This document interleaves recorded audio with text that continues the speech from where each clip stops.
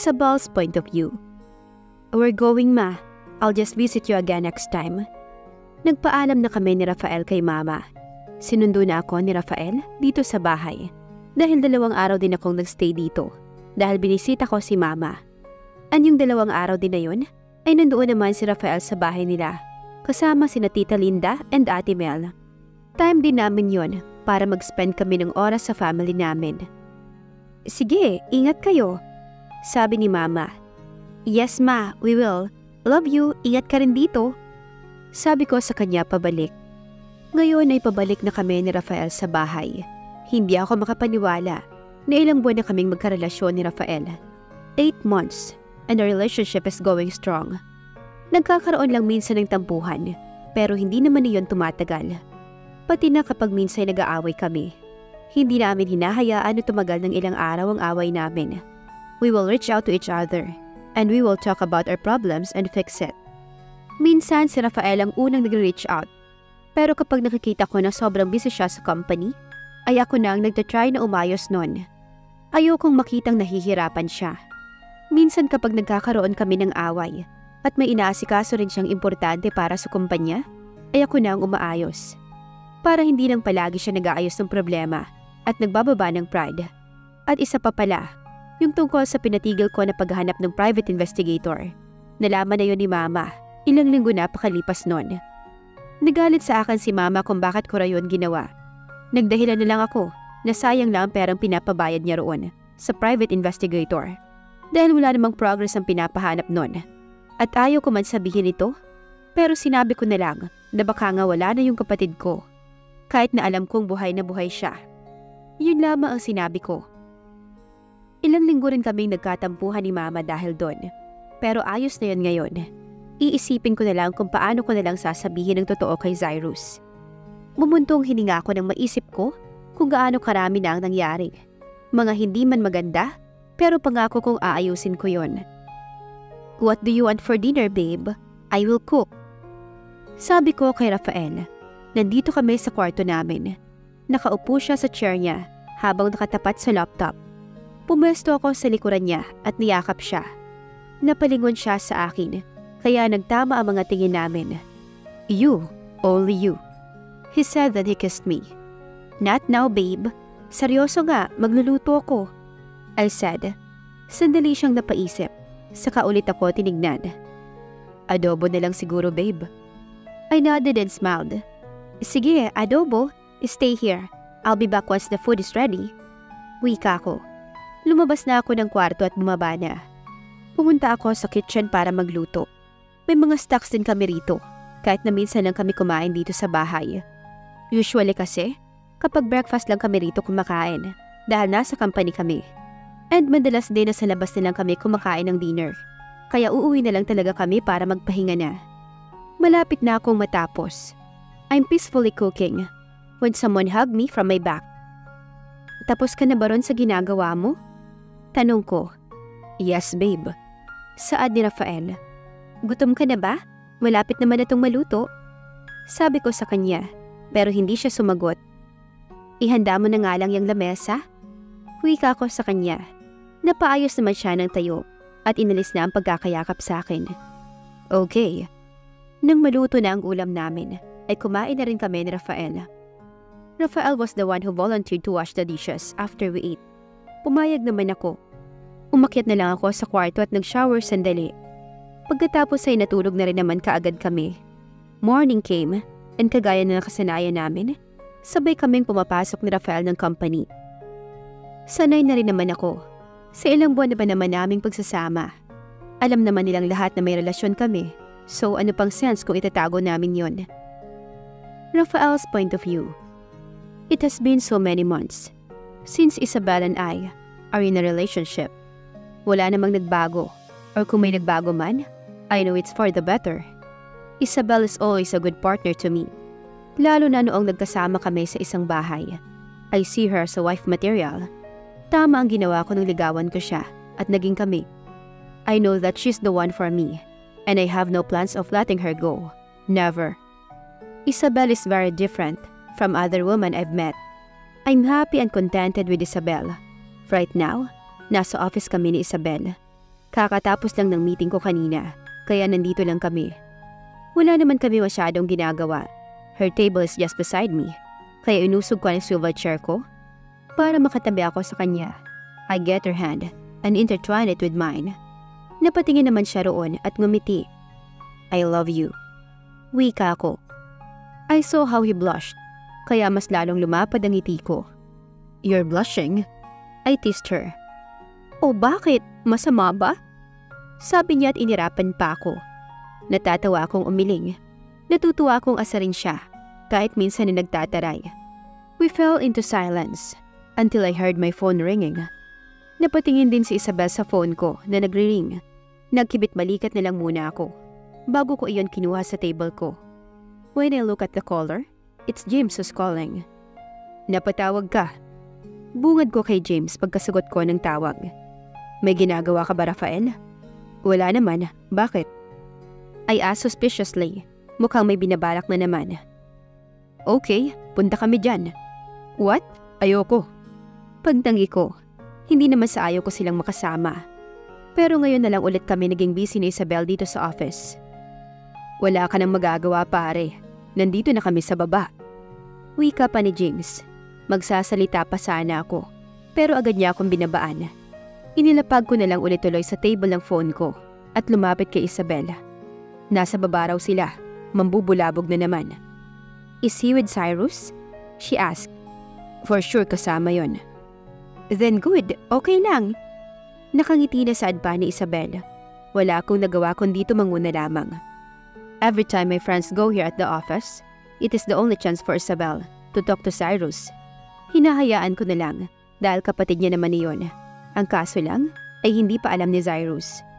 Close na rin kasi si Isabel sa mga kaibigan ko, especially to Cyrus. Ilang saglit lang ay dumating na nga yung apat. They comfortably sat on the couches here at my office. I asked them what's the reason why they're here, and Anthony said that they only wanted to. Gusto lang daw nilang bumisita. Napailing na lang ako, just as I expected. James ordered food para may pagkain kami rito. Ang ginawa na lang namin ay hintayin niyon at mag-usap-usap sa kung ano-anong bagay. James and Jiro are the noisiest among all of us. Si Anthony na lang ang kausap ko dahil si Isabel ay nakikipag-usap din kay Cyrus. Maya-maya ay tumunog ang phone ni James. Nandiyan na raw yung food sa baba, kunin ko lang, sabi niya. Tatayo na sana siya pero agad siyang pinigilan ni Anthony, kaya napatingin kaming lahat sa kanya. Kami na lang ni Rafael ang kukuha. May pag-uusapan pa kami. Anthony said. Nagtataka akong napatingin sa kanya. Nagtataka man, ay pumayag na lang ako. Kami na ang lumabas ng office. Habang naglalakad kami, ay hindi ko maiwasang tanungin siya kung anong pag-uusapan pa namin. Anong pag-uusapan? May problema ba? Ako na ang unang nagtanong. Sumulyap si Anthony saglit sa akin tsaka umiling. There is no problem. May napapansin lang kasi ako. He said. Mas lalo tuloy akong nagtaka. What is it? I asked him. It took Anthony a while before he finally spoke. Huwag mong mamasamain na. But is it just me kasi napapansin ko ang closeness ni Cyrus at Isabel. Yes, close na rin kami ni Isabel pero mas close talaga siya kay Cyrus. Girlfriend mo si Isabel. Aren't you jealous? Tanong pa ni Anthony. Ayan lang pala ang gusto niyang sabihin. Well, bakit pa nga ba ako nagtaka? I know Anthony. He's very observant. Kaya ay napansin niya yon. I shrugged at what he said. Jealous? Why would I be jealous? Nagtataka naman akong tinignan si Anthony habang naglalakad kami sa may hallway. Some employees saw us and greeted us. You know, Anthony, I'm not in the right position to tell this. But since napansin mo naman na, I guess pwede ko namang sabihin sa'yo muna. I said, nandito na rin kami sa baba, sa may lobby. Nandito na rin yung food na in-order ni James. Kinuha ko at binayaran muna ayon. Bago ko inaya si Anthony na maupo muna sa couch na nandito. Wala naman masyadong tao, kaya walang makakarinig sa usapan namin. It's hard for you to believe this, but the truth is, Cyrus is Isabel's brother. Paninimula ko. Hibang ka ba? Tanong niya habang nakangiwi. Umiling ako at nagsalita. Let me finish first.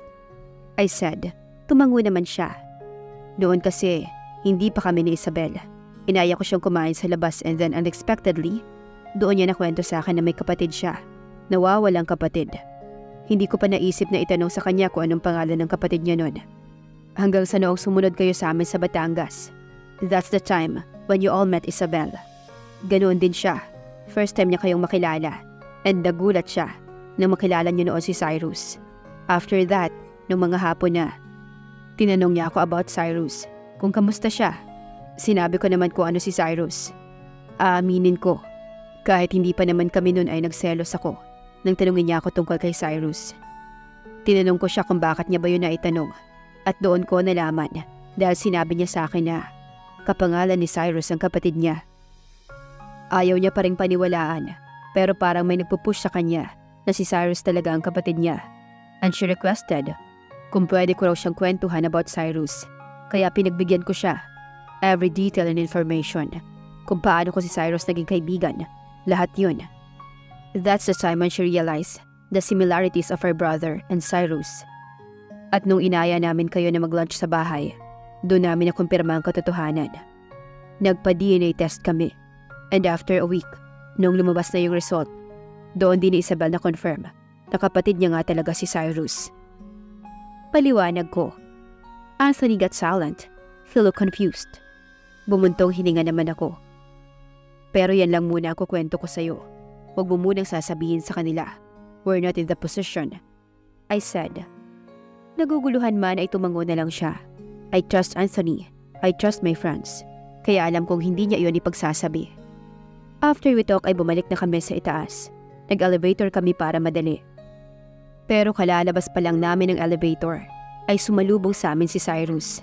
Matalim ang tingin niya sa akin kaya nagtaka ko. Cyrus, sambit ko. Walang pusong kaibigan. May sinabi si Cyrus pero hindi ko narinig. Hindi ko maintindihan. Isabel's point of view.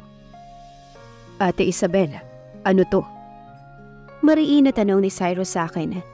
He's holding the envelope kung saan nilagay yung papel ng result ng DNA test. Titig na titig siya roon. Mahigpit ang hawak niya roon. Kaya tiyak ko na pwede nang mapunit ang papel. Cyrus, I uttered nervously. Bakit nandito yung pangalan ko? Ano tong test result na to? Cyrus.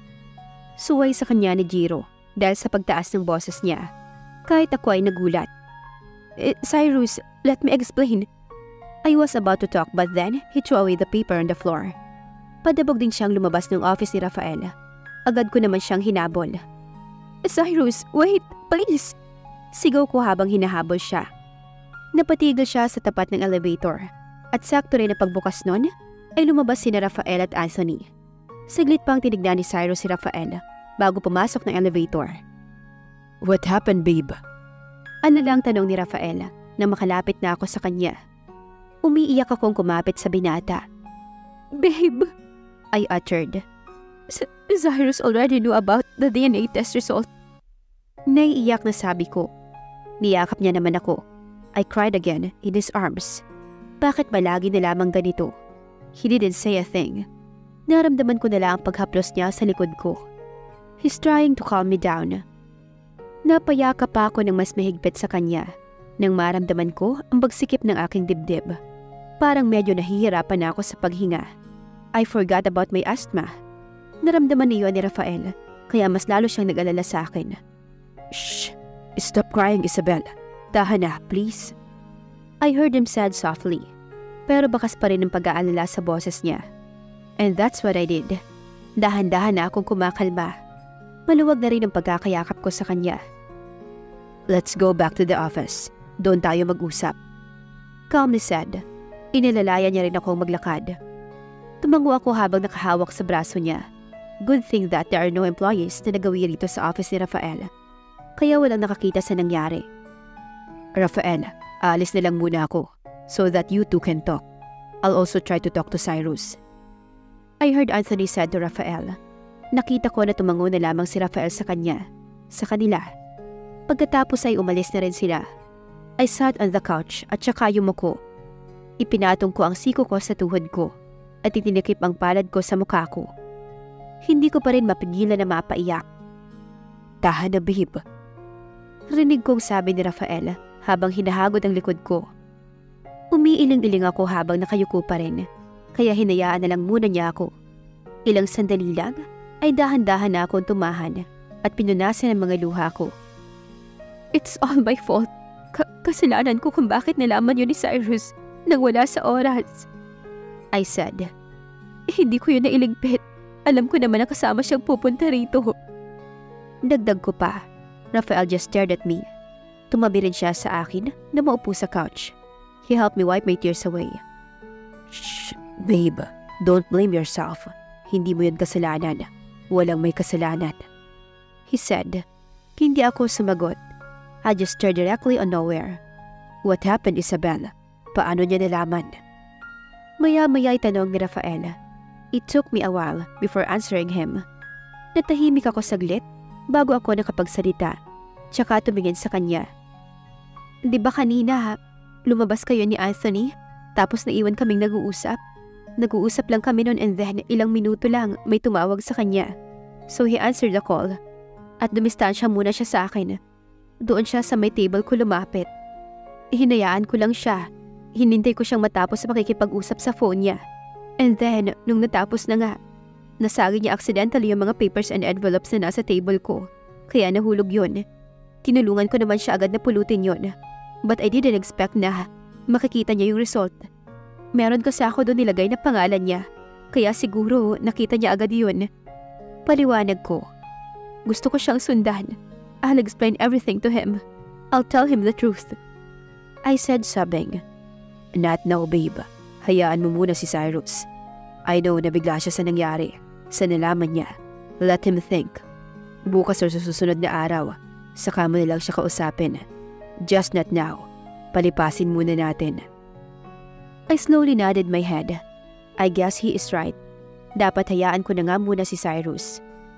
I know na naguguluhan siya sa nangyari. At mahirap para sa kanya na matanggap ang katotohanan. Maging maayos pa kaya ang samahan ni na Isabel at Cyrus? Matanggap kaya nito ang katotohanan? At dito na po nagtatapos ang kabanata ng ating kwento. Please like, share, subscribe for more updates. Maraming salamat po.